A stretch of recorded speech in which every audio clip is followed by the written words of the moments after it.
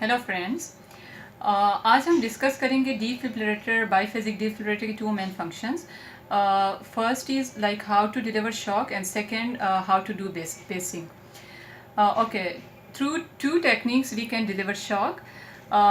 One is through pedals, and the second is we have combo pads, so we can deliver through combo pads. Okay, now we will discuss how we can deliver shock through pedals. So for that, first we have to turn on, and second is we will select energy. So from here we can select energy, like you can see that the minimum energy is 2 joules and the maximum one is 360. But let me clear that it's biphasic, so we have to select on only 200 जोल. Like इसका मतलब है कि हमें उससे ज़्यादा जो है एनर्जी सेलेक्ट नहीं करना है. So the maximum energy we have to select is 200 joules. Okay, if we are giving through pedals, so from here we will turn on and we will select energy. Then we have to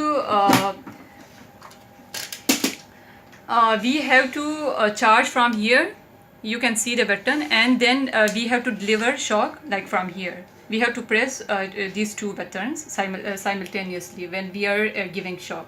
सही, तो इसके ऊपर आप लोग देख सकते हो कि इसमें हमें वो इंडिकेशंस भी दिए हुए कि कहाँ हमें रखना है, एपिक्स एंड स्टर्नम. सही, तो आप पेशेंट के एपिक्स एंड स्टर्नम के ऊपर जो है रख के देन चार्ज करेंगे एंड देन हम डिलीवर करेंगे शॉक. सही, एंड ओके, ये था लाइक कि किस तरह से हमें शॉक डिलीवर करने through pedals. And the second जो ऑप्शन है दैट्स लाइक थ्रू कॉम्बो पेड्स. उसके लिए हमें क्या करना है कि हमारे पास कॉम्बो पेड्स के अलग लीड्स होते हैं. तो सबसे पहले हमें जो है वो अटैच करने होते हैं, एंड देन कॉम्बो पेड्स जो है ना पेशेंट को लगा के हमारे पास जो है उसका अलग एक वो आता है डिस्ट्रीब्यूशन से. देन हमें जब हम वो कॉम्बो पेड्स हम अटैच करेंगे, देन हमें जो शॉक डिलीवर करना है उसके स्टेप से from here we will turn on and we will select energy, और हमें यहीं से चार्ज करना है एंड देन यहीं से एनर्जी हमें शॉक डिलीवर करना है. सही, तो डिफरेंस ये है कि अगर हमें थ्रू पेडल्स देना है तो हम ये सिर्फ 2 स्टेप्स फॉलो करेंगे. एनर्जी सेलेक्ट करके हमें डायरेक्ट यहीं से शॉक डिलीवर करना है, चार्ज करना है, शॉक डिलीवर करना है. एंड थ्रू कॉम्बो पेड्स देंगे तो हमें पूरा ये स्टेप फॉलो करना है.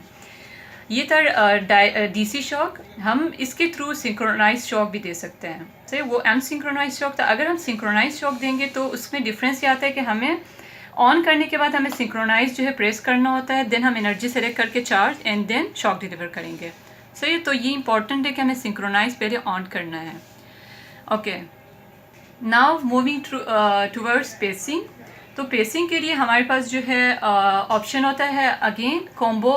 ये ट्रांसक्यूटेनियस पेसिंग की हम बात कर रहे हैं, तो उसके लिए अगेन वही कॉम्बो पेड्स वाली लीड्स यूज़ होती है. सही, तो इसका मतलब 2 फंक्शंस हैं कि इसके थ्रू हम शॉक भी डिलीवर कर सकते हैं एंड इसके थ्रू हम पेसिंग पे भी पेशेंट को ले सकते हैं.